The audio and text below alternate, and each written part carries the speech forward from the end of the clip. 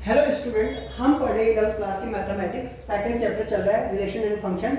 Function में हम पढ़ते पढ़ते आगे थे टाइप्स ऑफ फंक्शन में, और हमने इससे प्रीवियस वाले पार्ट में देखा था कि वन वन फंक्शन और इंजेक्टिव फंक्शन जिसे बोलते हैं वो कैसे था। तो उसका एक क्वेश्चन लिया है कि देखते हैं कि इस क्वेश्चन को ये फंक्शन हमने लिया है, क्या ये फंक्शन वन वन है या क्या है ये फंक्शन। इस फंक्शन के बारे में जानकारी लेते हैं।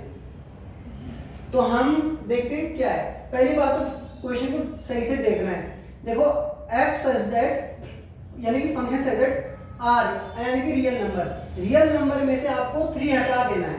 और ये क्यों हटाना है और डिफाइन किस पे, रियल नंबर पे ही है, लेकिन 3 नहीं होना चाहिए। Define by f of x equal to 5x plus 7 upon में है x माइनस 3। अच्छा, तो यहाँ से हमें जानकारी मिल गई है कि 3 क्यों हटाया गया, क्योंकि अगर x की वैल्यू यहाँ पे 3 रखेंगे तो अपॉन में आ जाएगा 0, यानी कि डिनोमिनेटर में आ जाएगा 0, और डिनोमिनेटर में कभी 0 होता नहीं है। तो इसलिए यहाँ से रियल नंबर से होल रियल नंबर आ जाएंगे हमारे पास, सारे के सारे रियल नंबर, लेकिन 3 को हम रिमूव कर देंगे। 3 नहीं हो सकता है इसका डोमेन। समझ लो, फर्स्ट वाला जो पार्ट होता है ना, ये डोमेन होता है। तो इस फंक्शन के डोमेन में 3 नहीं हो सकता, क्योंकि अगर 3 होगा तो वो 0 कहलाएगा। ठीक है, तो 3 को हम नहीं लेंगे। समझ में आ गई होगी बात। आगे देखते हैं, क्योंकि 3 इन्होंने बोल दिया क्वेश्चन में। अब देखते हैं कि इसे कैसे करेंगे। तो हम एक या तो कुछ आर्बिट्रेरी कुछ भी मान लेंगे, कुछ एलिमेंट मान लेंगे। तो हम करते हैं late a1 and a1 a2 क्या होंगे हमारे पास, आर्बिट्रेरी कांस्टेंट होंगे कोई से भी, पर वो डोमेन से आ रहे होंगे, डोमेन से आ रहे हैं। और डोमेन क्या है हमारे पास, ऑल रियल नंबर, लेकिन 3 हटा दो, ये यहां से आ रहे हैं। तो इसका मतलब क्या है, डोमेन अगर हमारे पास a1 a2 है तो हम क्या करेंगे, यहाँ पर पहले एक बार रखेंगे हम a1 और एक बार रखेंगे a2, किसकी जगह, x की जगह। देखो यहाँ पे here f ऑफ x है ना, तो हम a1 रखेंगे क्योंकि डोमेन से a1 है। a1 पुट कर दिया x की जगह।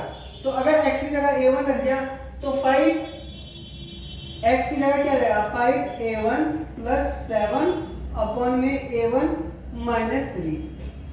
ठीक है, ये हो गया। नेक्स्ट, अगर ये हो गया तो अब दूसरा डोमेन से एलिमेंट क्या है, a2।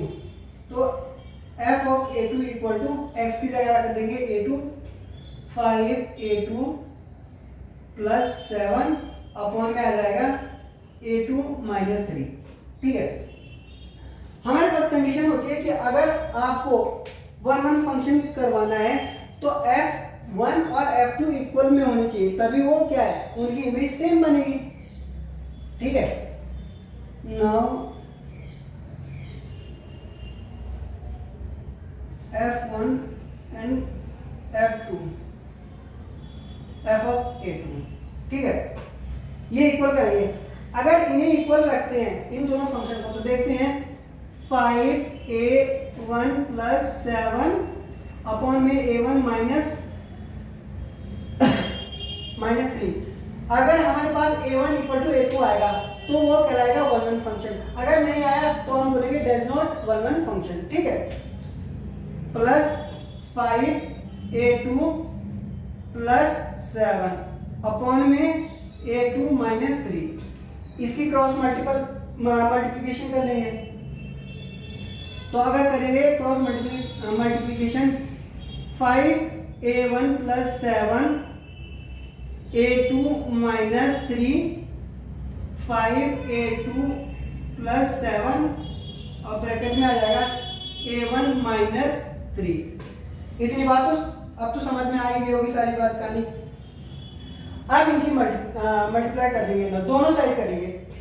तो 5a1 की a2 के साथ करेंगे तो 5a1 a2 माइनस 5 3 जा 15a1।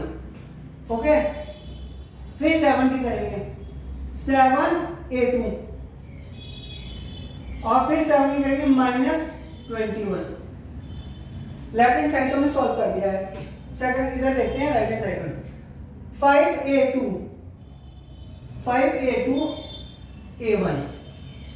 माइनस 15a2, फिर 7 की मल्टीप्लीकेशन करेंगे, 7a1 और माइनस 21।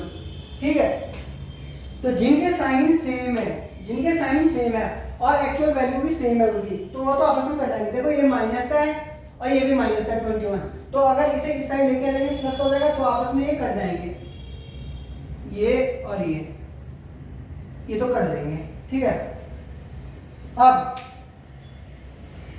5a1 ये भी सेम है और साइन भी इनके सेम है, पॉजिटिव और पॉजिटिव, तो ये भी आपस में कट जाएंगे। ठीक है, ये भी कट गए। अब आप देखो ध्यान से, a1 को ले जा लेते हैं एक तरफ और a2 को ले जा लेंगे एक तरफ, जितने हैं। तो इधर क्या है, माइनस का 15a1 और इधर क्या है, प्लस का 7a1, तो इधर आगे क्या लगेगा, माइनस का 7a1। यहाँ पे है माइनस का 15a2, इधर है प्लस का 7a2 और यहाँ आगे ये भी माइनस का हो जाएगा 7a2। 15 और 7 कितने होते हैं, माइनस का 22a1 इक्वल टू माइनस का 22a2। माइनस का साइन भी कट जाएगा और 22 भी कट जाएगा। ये अगर आप कैमरे में देख पा रहे होंगे, अगर सही से दिख पा रहा होगा पूरा ये, तो ये आ रहा है a1 a2 और आप देख सकते हो हमने यहाँ से क्या लिया था, a1 a2 ऐसे जस्ट माना था, लेट किया था कि a1 a2 इस वाले डोमेन से आते हैं और हमने ये वैल्यू पुट करी, सॉल्व किया और a1 और a2 इक्वल आ गया। और ये फंक्शन हमारे पास कंडीशन होती है कि अगर आपको 1 1 प्रूव करना है तो आपका फंक्शन f ऑफ a1 और f ऑफ a2 इक्वल होना चाहिए, यानी दोनों फंक्शन को हम इक्वल रखेंगे और उसे सॉल्व करेंगे तो a1 और a2 भी इक्वल आ गया। अगर ये इक्वल है तो ये भी इक्वल आना चाहिए। अगर हमारे पास ये गिवन है, ये a1 a2 गिवन है इक्वल में, तो हमारे पास फंक्शन a1, तो यहाँ पे ये यूनिक इमेज बना रही है, इसलिए हम बोल सकते हैं दिस फंक्शन इज 1 1, और क्या बोलते हैं इसे, इंजेक्टिव फंक्शन भी है ये, 1 1 फंक्शन है। तो जो वैल्यू हम पुट करेंगे ना वो आपस में इक्वल आनी चाहिए। जैसे हमने a1 a2 करी तो a1 a2 आपस में इक्वल आनी चाहिए और यहाँ पे वो आ गई है।